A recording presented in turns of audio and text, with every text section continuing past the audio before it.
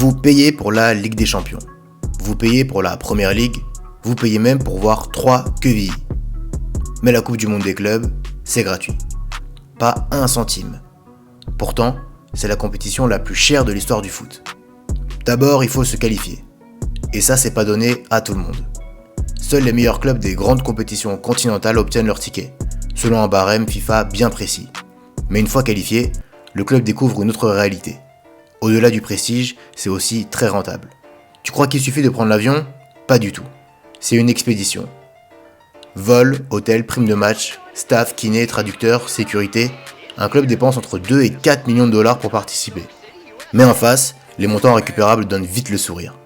Le simple fait d'être là remporte entre 9 et 10 millions de dollars. Et ça, c'est sans compter les matchs gagnés.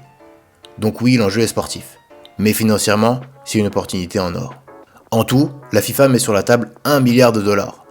Et chaque match est une petite mine d'or. Tu fais match nul en poule, 1 million. Tu gagnes ce match, 2 millions. Tu vas en huitième, plus 5 millions. Tu vas en demi, encore plus 5 à 10 millions. Et si tu soulèves le trophée, jusqu'à 125 millions de dollars au total. En résumé, à chaque minute jouée, le compteur tourne. Et pas qu'un peu. Gagner ce tournoi, c'est plus lucratif que de remporter la Ligue des Champions. Mais du coup, qui sort tout cet argent ? Et surtout, comment on rentabilise un truc pareil ? Les sources de revenus sont simples. Les droits télé, les sponsors, les billets. Et surtout, vos données perso. DAZN achète les droits et diffuse. Gratuitement ? Oui. Mais en échange, ils récupèrent vos clics, vos préférences, vos infos. Et ils vendent de la pub autour. Les sponsors paient pour être vus. Alibaba a payé pour afficher une voiture électrique qui n'était même pas encore sortie. On appelle ça du placement de produits à l'échelle planétaire. Et la FIFA, elle, redistribue officiellement tout. Objectif, montrer qu'elle est généreuse et faire oublier les vieux dossiers.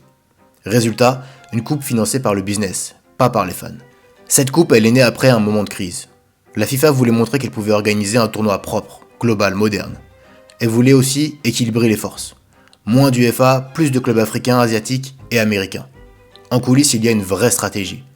Attirer des marchés émergents, valoriser les droits télé et montrer que le foot, c'est pas qu'en Europe. Les gens derrière ce projet ont vu une opportunité. Faire un tournoi universel, créer une vitrine. Ce n'est pas forcément du cynisme, c'est une autre vision du jeu, plus large, plus mondialisée. Cette coupe, c'est plus qu'un tournoi, c'est une expérience économique. D'un côté, le modèle capitaliste pur, on investit, on fait du profit, on redistribue. De l'autre, certains rêveraient d'un foot plus coopératif, moins d'argent, plus de passion. Mais peut-être que le foot, c'est juste devenu comme le monde autour, un miroir, où tout a un prix, même un match nul. Et toi, tu choisis quel modèle ? Dis-moi en commentaire et abonne-toi. C'est gratuit. Enfin, pour l'instant.